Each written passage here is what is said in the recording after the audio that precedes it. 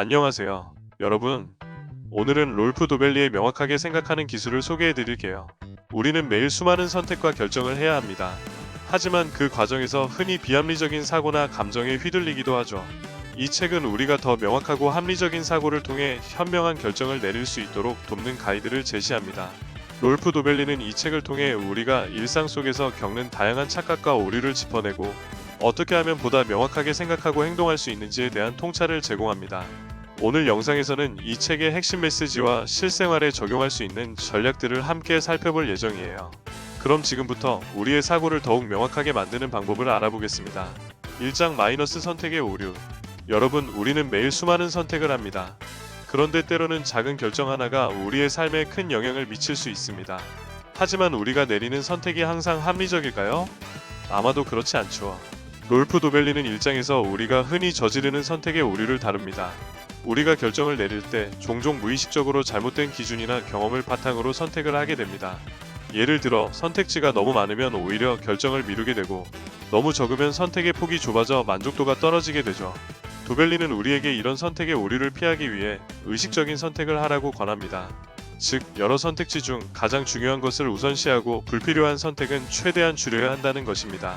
이렇게 의식적인 선택을 통해 우리는 더 명확한 결정을 내릴 수 있습니다. 2장 마이너스 확증 편향. 다음으로 2장에서는 확증 편향에 대해 이야기합니다. 확증 편향이란 우리가 이미 가지고 있는 믿음을 지지하는 정보만을 찾고 그 반대되는 정보를 무시하는 경향을 말합니다. 여러분도 이런 경험이 있을지 모르겠어요. 예를 들어 자신이 좋아하는 브랜드나 정치적 성향에 맞는 정보만 찾고 반대되는 의견은 가짜 뉴스라고 치부하는 경우가 많죠. 이게 바로 확증 편향입니다. 도벨리는 확증 편향을 극복하는 방법으로 자신이 믿지 않는 정보를 듣고 그것이 왜 다른 사람들에게 중요한지 이해하려고 노력하라고 합니다. 우리는 모든 정보를 열린 마음으로 수용하고 다양한 시각을 고려해야만 더 명확한 사고를 할 수 있다는 거죠. 3장 마이너스 망각의 편향. 우리는 종종 과거의 경험이나 정보를 잊어버리고 살아갑니다. 그런데 그 망각이 우리의 결정을 왜곡할 수 있다는 사실을 아시나요? 롤프 도벨리는 3장에서 망각의 편향에 대해 이야기합니다. 망각의 편향이란 우리가 기억해야 할 중요한 정보나 경험을 잊어버리거나 무시하는 경향을 말합니다. 예를 들어 중요한 회의나 약속을 잊고 지나쳐 후회하는 경험이 있을 수 있죠. 도벨리는 우리가 기억하지 못하는 순간들에 대해 항상 의식적으로 주의를 기울여야 한다고 말합니다. 지나친 망각은 의사결정을 왜곡하고 중요한 기회를 놓칠 수 있기 때문입니다. 이 문제를 해결하기 위해서는 주기적으로 자신이 어떤 중요한 사실을 잊었는지 되짚어보는 습관을 들여야 합니다. 작은 메모를 하거나 중요한 일정을 미리 알람으로 설정하는 방법이 그 예시가 될 수 있죠. 4장 마이너스 이익과 손실의 차이. 여러분, 사람들이 결정을 내릴 때 이익과 손실을 어떻게 다루는지에 대해 생각해 본 적이 있나요? 롤프 도벨리는 4장에서 이익과 손실의 차이에 대해 이야기합니다. 우리가 결정을 내릴 때 이익을 얻을 것인지 아니면 손실을 피할 것인지에 대해 매우 감정적으로 반응합니다. 사람들은 일반적으로 손실을 피하는데 더 큰 가치를 두고 이익을 얻는 것보다 손실을 막는 것이 더 중요하다고 생각하는 경향이 있습니다. 이를 손실 회피라고도 하죠. 예를 들어 돈을 벌기보다는 돈을 잃는 것에 대해 더 두려워하는 경우가 많습니다.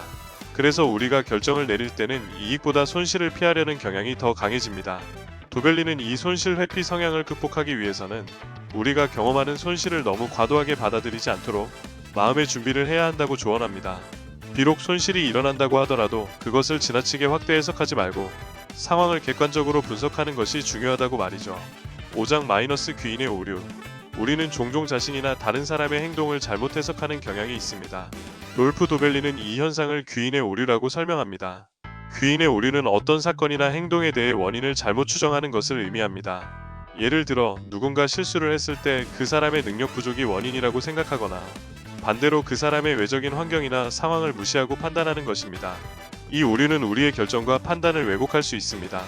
예를 들어 직장에서의 실수나 실패를 모두 개인의 능력 부족으로만 해석하면 문제의 근본적인 원인을 파악하기 어려워집니다.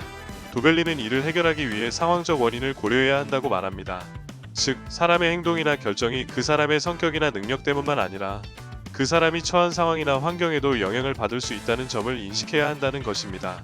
6장 마이너스 확증 편향. 6장에서는 확증 편향에 대해 다룹니다.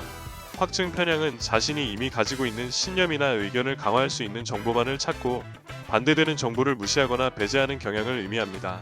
예를 들어 자신이 어떤 제품이 좋다고 믿고 있을 때 그 제품에 대한 긍정적인 리뷰만 찾아보고 부정적인 의견은 무시하는 경우가 이에 해당합니다. 이 확증 편향은 우리의 사고를 좁게 만들고 잘못된 결정을 내리게 할 수 있습니다. 도벨리는 확증 편향을 극복하기 위해서는 반대 의견도 중요하게 받아들여야 한다고 강조합니다. 다양한 시각을 고려하고 자신과 다른 의견을 열린 마음으로 받아들이는 연습이 필요하다고 말이죠. 그렇게 할 때 우리는 더 넓고 정확한 사고를 할 수 있게 됩니다. 7장 대표성 오류. 7장에서 도벨리는 대표성 오류에 대해 다룹니다. 대표성 오류는 우리가 특정 사건이나 사람을 더 일반적인 사례나 패턴으로 잘못 연결 지을 때 발생합니다. 예를 들어 어떤 사람이 특정 특성을 가지고 있으면 그 사람을 그 특성에 해당하는 범주로 쉽게 분류해버리는 경향이 있습니다. 예를 들어 한 명의 비즈니스 성공 사례를 보고 그 사람처럼 되면 모두 성공할 것이다 라고 단정 짓는 것입니다. 이 오류는 우리의 판단을 왜곡시키고 실수를 일으킬 수 있습니다. 대표성 오류를 피하려면 우리는 각 사례를 독립적으로 분석하고 그 사례의 특수성을 이해해야 합니다. 도벨리는 이러한 사고의 함정을 피하고 보다 정확한 판단을 내리기 위해서는 다양한 데이터를 수집하고 넓은 시각을 유지해야 한다고 말합니다. 8장 후광 효과. 8장에서는 후광 효과에 대해 설명합니다. 후광 효과는 한 가지 긍정적인 특성이나 특질이 그 사람에 대한 전반적인 긍정적인 평가로 이어지는 현상을 의미합니다. 예를 들어 유명한 사람이면 그 사람의 모든 행동이나 발언이 신뢰할 수 있는 것으로 보이는 경우가 이에 해당합니다. 이 효과는 우리가 사람을 평가할 때 그 사람의 긍정적인 특징 하나를 바탕으로 다른 모든 특성까지 좋은 것으로 판단하는 경향을 말합니다. 도벨리는 후광 효과가 어떻게 우리의 판단을 왜곡할 수 있는지에 대해 설명하고 이를 극복하기 위해서는 사람들이 가진 다양한 특성을 공정하게 평가하고 한 가지 특성만으로 전체를 판단하는 실수를 피해야 한다고 말합니다. 그는 공정하고 합리적인 판단을 위해서는 단편적인 정보에 의존하지 말고 그 사람의 다양한 측면을 고려할 필요가 있다고 강조합니다. 9장 손실 회피. 9장에서는 손실 회피라는 개념을 다룹니다. 손실 회피란 사람들이 얻는 이익보다 잃는 것을 더 크게 느끼는 경향을 말합니다. 예를 들어 100만원을 잃는 것과 100만원을 얻는 것의 심리적 충격은 동일하지 않죠. 우리는 손실을 회피하려는 본능적인 욕구 때문에 때로는 이득을 보고도 손실을 피하려는 선택을 합니다. 도벨리는 이 손실 회피 성향이 어떻게 의사결정에 영향을 미치는지를 설명하고 사람들이 이로 인해 종종 비효율적인 선택을 한다고 지적합니다. 이 성향을 극복하려면 이익과 손실을 동일하게 고려하고 더 넓은 시각에서 의사결정을 내리는 연습이 필요합니다. 10장 과거의 영향을 받는 사고. 10장에서는 과거의 영향에 대해 다룹니다. 사람들이 과거의 경험에 지나치게 의존하여 현재의 상황을 판단하는 경향이 있다는 것입니다. 예를 들어 과거의 실패 경험이 현재의 선택에 과도하게 영향을 미치거나 과거의 성공적인 경험이 현실을 과대평가하게 만드는 경우가 많습니다. 도벨리는 이 과거의 영향을 의식적으로 인식하고 과거의 경험이 현재의 의사결정에 미치는 영향을 최소화해야 한다고 말합니다. 과거의 경험을 학습의 기회로 삼되 그것이 현재의 선택에 영향을 미치지 않도록 신중히 조절해야 한다고 강조합니다. 새로운 상황에 대한 열린 사고를 유지하는 것이 중요하다는 것입니다.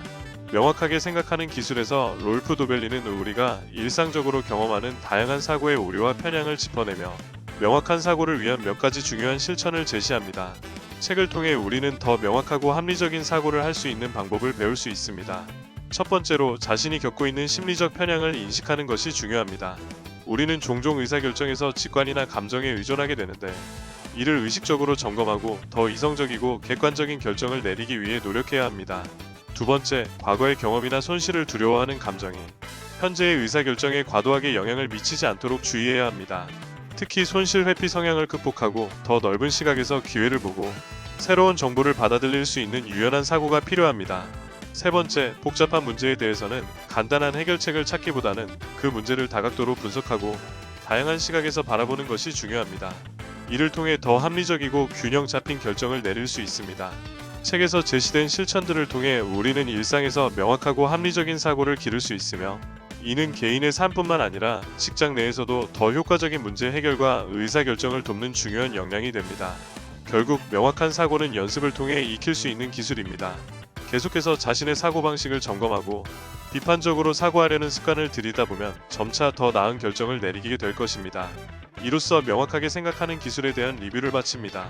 이 책은 우리에게 사고의 오류와 편향을 인식하고 더 합리적이고 이성적인 결정을 내릴 수 있도록 돕는 실용적인 지침을 제공합니다. 매일의 의사결정에서 조금만 더 명확한 사고를 기른다면 더 나은 결과를 얻을 수 있을 것입니다. 여러분도 책에서 제시한 방법들을 실천에 옮겨보세요. 사고의 틀을 넓히고 더 똑똑하게 결정을 내리는 습관을 기를 수 있을 겁니다. 오늘도 명확한 사고를 통해 더 나은 내일을 만들어 가세요. 영상이 유익하셨다면 좋아요와 구독 버튼 꼭 눌러주시고 여러분의 생각을 댓글로 남겨주세요. 여러분의 의견을 기다리고 있습니다. 그럼 다음 영상에서 또 만나요.